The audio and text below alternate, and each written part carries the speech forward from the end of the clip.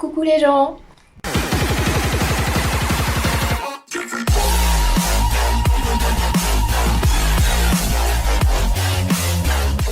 On était dans le métro parisien, donc j'avais mes deux potes avec moi, donc une amie et un pote. On est entré dans un petit photomaton et on s'était débrouillé plus ou moins pour mettre nos 3 paires de fesses sur le seul petit siège pour essayer de se faire une petite photo en mode poulicula tous les 3. Et en fait, à ce moment-là, il y a une main qui arrive et qui fait... Oui. Oui, oui. Ben, je me retourne vers... Je fais, mais t'abuses quoi. Qu'est-ce qu'il te prend? En plus, je tiens à vous dire que c'est absolument pas son style. En plus, c'est un mec hyper sage, hyper respectueux, hyper tout gentil, enfin une crème quoi. C'était vraiment pas son style, mais en même temps, ça pouvait pas être non plus. Puisqu'elle est pas lesbienne. C'est peut-être pour ça que l'autre m'a demandé si j'étais lesbienne. Est-ce que je... Dites-moi en commentaire, est-ce que j'ai l'air d'être lesbienne? Peut-être, je sais pas. Bref, parenthèse fermée. Et là, il me fait quoi? Je fais, mais tu m'as ploté, t'abuses quoi. Il me fait, mais non ça, pourquoi je t'aurais ploté? Et là, deuxième fois, je fais, mais tu te fous de moi là, récidiviste en plus. Et là, en fait, non, il y a quelqu'un, non mais, il y a des gens, ils doutent de rien, hein. Il y a un mec, il a passé sa main sous le... Tu sais, l'espèce de petit rideau là, qui couvre juste, grosso modo, ta tête hein, quand t'es dans le photomaton. Il y a un mec qui était passé, il a glissé sa main et il m'a ploté le nibar, comme ça, au calme. 2 fois. 2 fois, le mec, il a fait ça, quoi.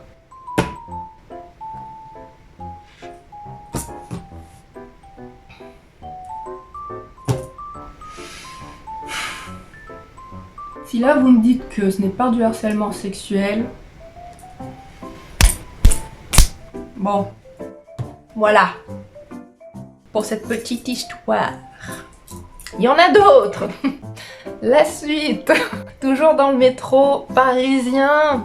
Il se passe toujours des trucs dans le métro parisien en même temps. Alors cette histoire est un petit peu longue parce que en fait c'est l'enchaînement de plusieurs trucs qui se sont passés la même journée. Et c'est pour vous dire à quel point... je vous dis que c'est relou, c'est vraiment extrêmement relou. J'étais dans le métro avec mon amie Gertrude. Il faut savoir que cette nana, pour la décrire très simplement, c'est Lara Croft. Elle a une plastique, enfin... Je suis une fille, hein, mais je suis obligée de me reconnaître les faits, je suis obligée de m'incliner. Elle est gaulée, mais pour moi, les filles comme ça existait que dans les mangas en fait. En vrai, ça existe pas. Bah si, ça existe. Cette fille existe. Ne me demandez pas ses coordonnées, c'est pas la peine, elle est mariée, elle a des enfants, foutez-lui la paix. Et de toute façon, c'est une femme respectable, donc ça sert à rien. Surtout que elle, des histoires avec des gros relous, elle en a aussi à l'appel, donc... Soyez respectueux s'il vous plaît, de mes amis. Je les aime, je les respecte, respectez-les aussi. Son petit copain de l'époque lui disait en fait qu'il ne fallait pas qu'elle prenne le métro et le RER, surtout toute seule. Malheureusement, à juste titre. C'est typiquement la nana qui peut se faire violer dans le métro. Et c'est pas passé loin. En fait, on n'est pas passé loin d'une agression réelle. Elle était obligée, à chaque fois qu'elle prenait le RER, d'être accompagnée. Parce que sinon, elle mettait sa vie en danger. C'est quand même triste à dire, mais c'est vrai. Donc on était à Châtelet-Les-Halles. Bah là, comme vous le savez, hein, Châtelet-Les-Halles, c'est un peu craignos quand même. C'était bien l'époque où c'était envahi par les gothiques. Alors ça faisait peur aux gens, hein, sauf que ce que les gens n'ont pas compris, c'est que les gothiques, ils font juste peur, si tant est qu'ils fassent peur.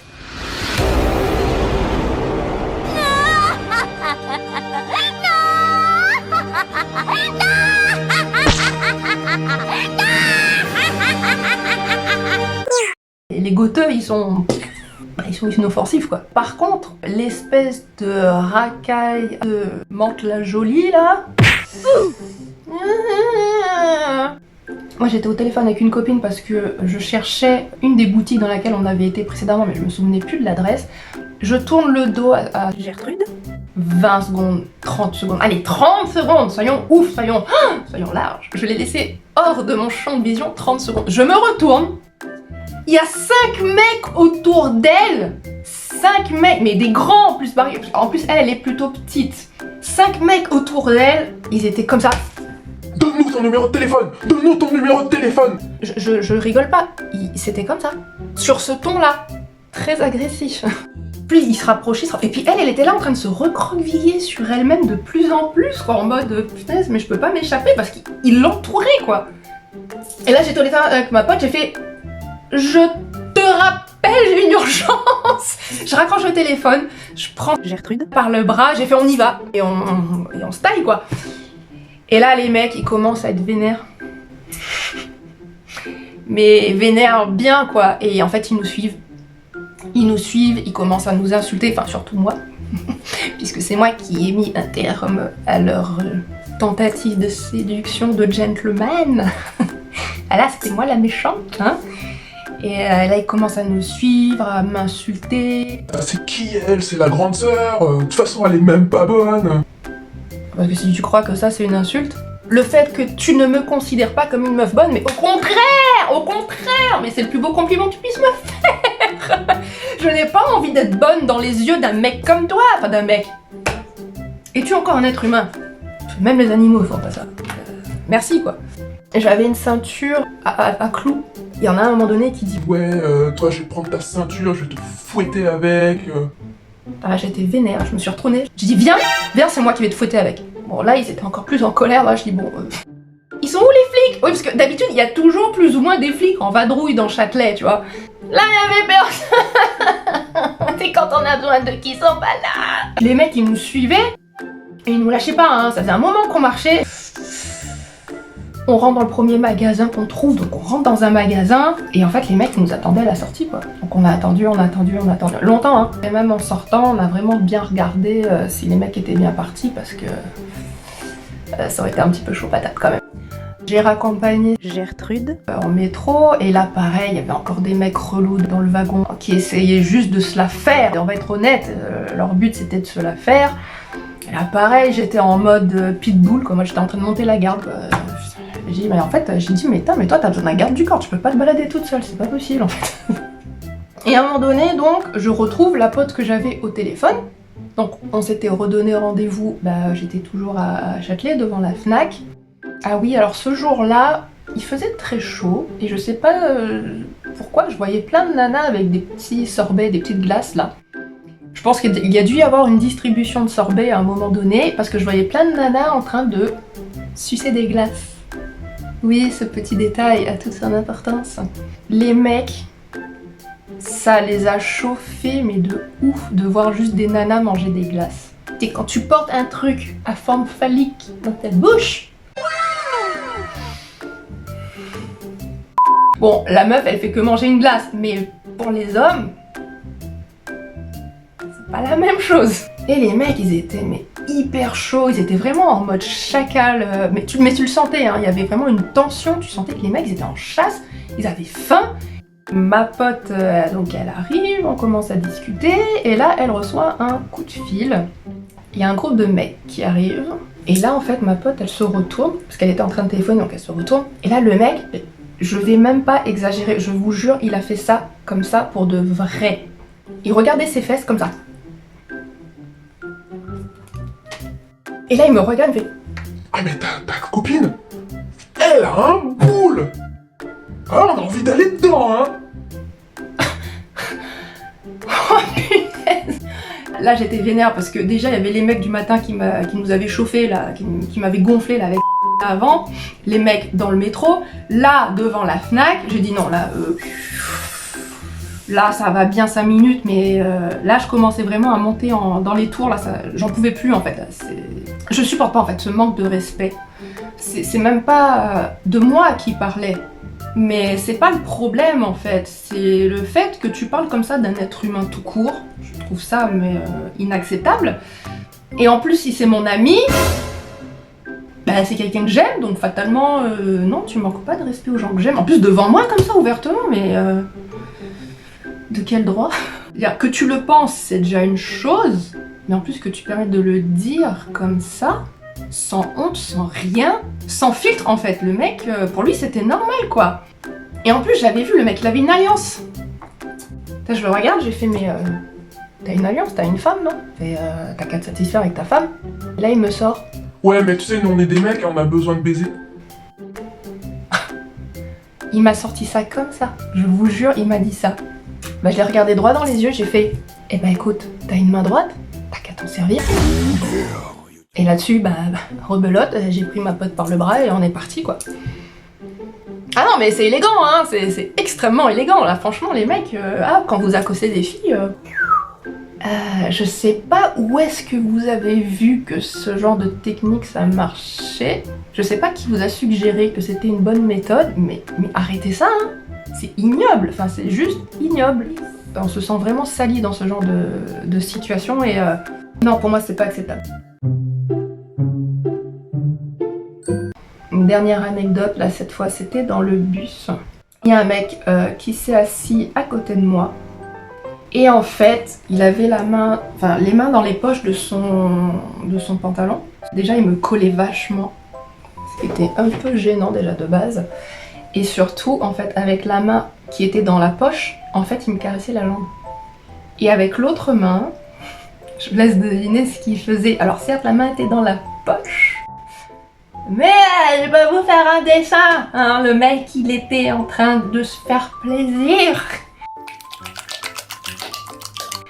Et je me suis sentie horriblement mal. Et en fait je me sentais tellement mal, j'osais même plus bouger, en fait j'étais pétrifiée. Et encore une fois, j'insiste là-dessus, arrêtez de critiquer des victimes en leur disant qu'elles se sont pas défendues, qu'elles ont rien fait. C'est que, il y a l'état de sidération comme je l'ai mentionné, mais il y a aussi un état de paralysie lié à la peur aussi. C'est une situation qui est tellement pas normale, qui n'est tellement pas acceptable, qu'en fait on est figé, mais vraiment en mode statue de sel. Et c'est vrai que moi à ce moment-là, pendant tout le trajet, je n'osais pas bouger, je respirais à peine, j'étais en apnée, et j'osais plus bouger, j'étais comme ça, j'étais pétrifiée.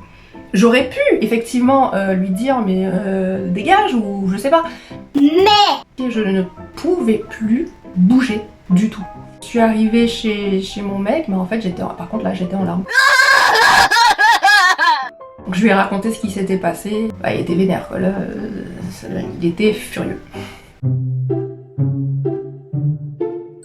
Voilà, c'était mes petites anecdotes de harcèlement. Comme je l'ai dit, c'est quelque chose qui arrive très fréquemment, donc des anecdotes comme ça, il y en a à l'appel. Et je suis persuadée que toutes les filles, tout court, j'allais dire toutes les filles qui regardent la vidéo, mais toutes les filles tout court, auraient autant de choses farfelues à vous raconter. Posez-leur seulement la question à vos potes filles. Ah, vous allez pas être déçus du voyage.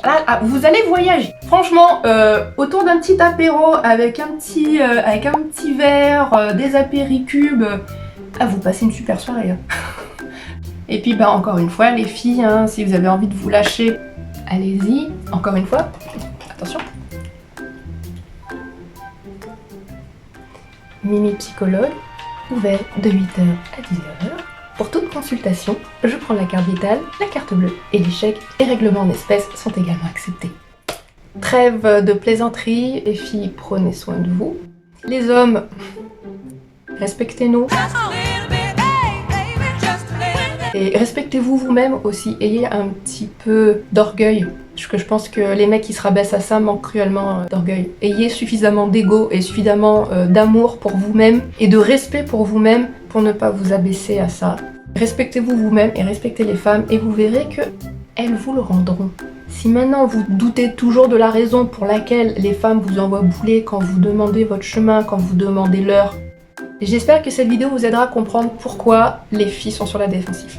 Malheureusement, c'est pas forcément vous le problème. Et malheureusement, les mecs bien en font les frais aussi. À force, on est sur la défensive et dès qu'un mec nous approche, direct, on se met en mode bunker. Et malheureusement, les gens bien, qui n'ont rien fait de mal, qui sont respectueux, en font les frais. Et c'est triste. C'est triste parce que du coup, les relations hommes-femmes en pâtissent. Et c'est très dommage parce qu'au final, moi je considère pas que les hommes soient nos ennemis. D'ailleurs, c'est une des raisons pour lesquelles je n'aime pas les féministes. Oui, je suis une fille, mais j'aime pas les féministes. Parce que les féministes, ce sont les machos en filles. C'est-à-dire qu'elles font tout ce que les hommes détestent. Tout ce que les hommes font aux femmes et qu'elles détestent, elles le font aux hommes. Donc au final... Les hommes et les femmes ne sont pas ennemis et on devrait pas chercher à être au-dessus. Et c'est ça en fait que je n'aime pas chez les féministes. Elles ne cherchent pas l'égalité, contrairement à ce qu'elles veulent bien le dire. Elles cherchent la supériorité. Elles cherchent à se venger des hommes. Elles cherchent à être au-dessus des hommes. C'est pour ça que je disais que ce sont les machos en filles. À partir du moment où tu veux être au-dessus de l'autre, il y a un problème. Il n'y a personne qui est au-dessus de personne. Pour moi, on est sur un pied d'égalité. Et je pars du principe que, et c'est encore plus vrai dans les relations amoureuses, les deux conjoints ne sont pas des adversaires, ce sont des partenaires. Ce sont des coéquipiers. Donc ne faites pas la guerre à votre conjoint. Bon, par contre, si vous tombez sur des australopithèques comme ceux que j'ai évoqués tout à l'heure, bon bah là c'est sûr, ça sert à rien d'essayer la diplomatie. Essayons quand même de rester équilibrés et de ne pas mettre tous les hommes dans le même sac. Parce que tous les hommes ne sont pas comme ça, fort heureusement, et j'en connais plein qui sont adorables. Prenez soin de vous et je vous dis à bientôt pour une prochaine vraie story. Bisous les gens!